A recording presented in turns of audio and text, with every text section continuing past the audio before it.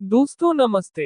कुलदेवी की कहानी। एक गांव में एक लड़का जो नास्तिक था, जिसका नाम था राकेश, लेकिन उसे अपना यह नाम पसंद नहीं था, इसलिए उसने अपना नाम रॉकी रख लिया था। वह अपने गांव से दूर एक शहर में एक डांसिंग क्लब में काम करता था और हमेशा रंग भरी जिंदगी जीने में मसरूफ रहता था। सुबह से शाम तक उसका जीवन नाच गाना और शराब में ही व्यतीत होता था। एक बार की बात है, वह अपने काम से कुछ दिनों के लिए दूर होना चाहता था। दरअसल वह शोर शराबे वाली जिंदगी से बोर होने लगा था और वह अपने जीवन में कुछ बदलाव ढूंढ रहा था, लेकिन उसके गांव के अलावा और कोई दूसरा स्थान नहीं था जहां वह जा सके। तभी रॉकी अपने दादाजी के बने गांव के घर में जाना तय करता है और कुछ दिन वही रहने का विचार बनाता है। दरअसल कुछ साल पहले रॉकी के माता पिता इस दुनिया से जा चुके थे और वह अनाथ हो चुका था। उसका आगे पीछे कोई भी नहीं था। गांव जाना भी उसे अच्छा नहीं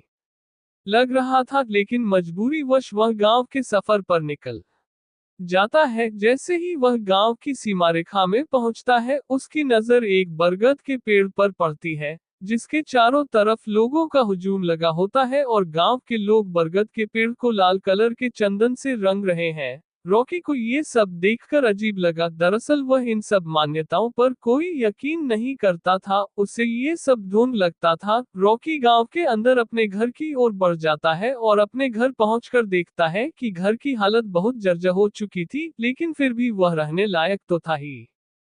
इसलिए वह अंदर प्रवेश कर गया और साफ सफाई करके रहने लायक व्यवस्था बनाने में जुट गया। गांव में कुछ पड़ोसी इतने सालों के बाद इस घर को खुलते देखते हैं तो उस लड़के से पूछ बैठते हैं, बेटा तुम कौन हो? तब वह अपना परिचय देता है और कहता है, यह मेरे दादाजी का घर था।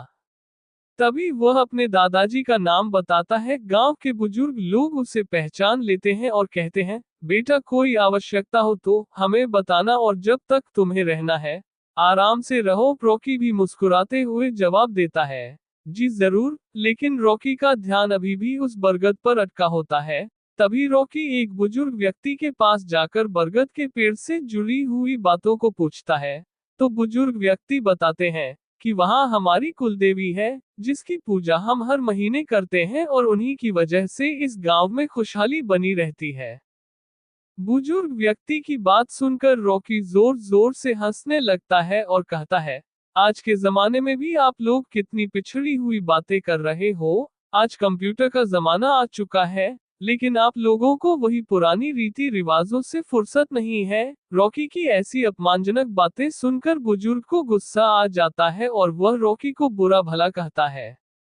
रॉकी भी बुजुर्ग की बात से नाराज होकर वहां से चला जाता है और कसम खाता है, जब तक इस गांव की इन सब रीति रिवाजों की पोल न खोल दूं, तब तक यहाँ से नहीं जाऊंगा। अगले ही दिन शाम के वक्त गांव वाले अपनी अपनी फसलों की पूजा करने के लिए खेतों में जा रहे होते हैं और रॉकी भी उनके पीछे पीछे खेत तक पहुंच जाता है और छुपकर देखता रहता है। काफी देर तक इंतजार करने के बाद गांव के लोग पूजा करके वापस चले जाते हैं, लेकिन रॉकी के दिमाग में विरोध का ज्वालामुखी फूट पड़ा था और वह अपनी बात को सच साबित करने के लिए कुछ भी करने को तैयार था। तभी वह खेतों के किनारे दिए जलते देखता है और उसके दिमाग में आता है, क्यों न खेतों में आग लगा दिया जाए, फिर कौन उनकी फसलों की रक्षा करेगा। अब देखता हूँ कौन सी कुलदेवी आती है बचाने।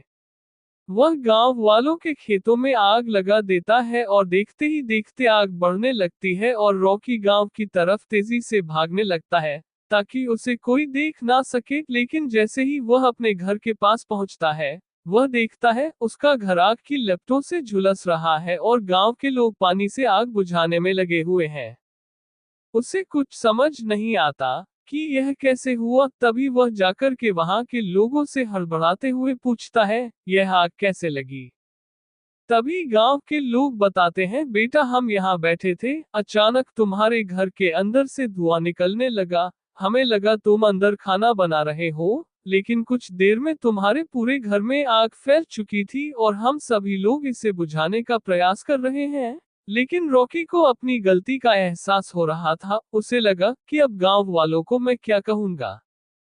तभी अगले ही पल एक किसान दौड़ता भागता आता है और कहता है, अरे चलो देखो, किसी ने हमारी फसलों में आग लगाने की कोशिश की है। और गांव की भीड़ अपने खेतों की तरफ भागने लगती है और रॉकी भी पीछे पीछे जाता है ताकि किसी को इस पर शक न हो। लेकिन जैसे ही रॉकी खेत के पास पहुंचता है तो खेत पहले की तरह ही लहलहा रहे होते हैं, और जो आग रॉकी ने लगाई थी वह केवल फसल के किनारे तक ही बढ़ी थी। रॉकी समझ चुका था जरूर यह कुलदेवी की महिमा है, और वह उसी बुजुर्ग के पैरों में गिर जाता है जिससे उसकी बहस हुई थी और सारी बात बता देता है। गांव वाले भी उसे उसकी नादानी के लिए क्षमा कर देते हैं। अगले ही दिन रॉकी कुलदेवी के उसी बरगद के वृक्ष के नीचे जाकर गांव की परंपरा के अनुसार पूजा करता है और हाथ जोड़कर कुलदेवी से अपने अच्छे भविष्य की कामना करता है, और इसी के साथ वह गांव को छोड़कर चला जाता है। लेकिन इस घटना ने एक नास्तिक व्यक्ति को आस्था से जोड़ दिया था, जो कि कुलदेवी का ही प्रताप था।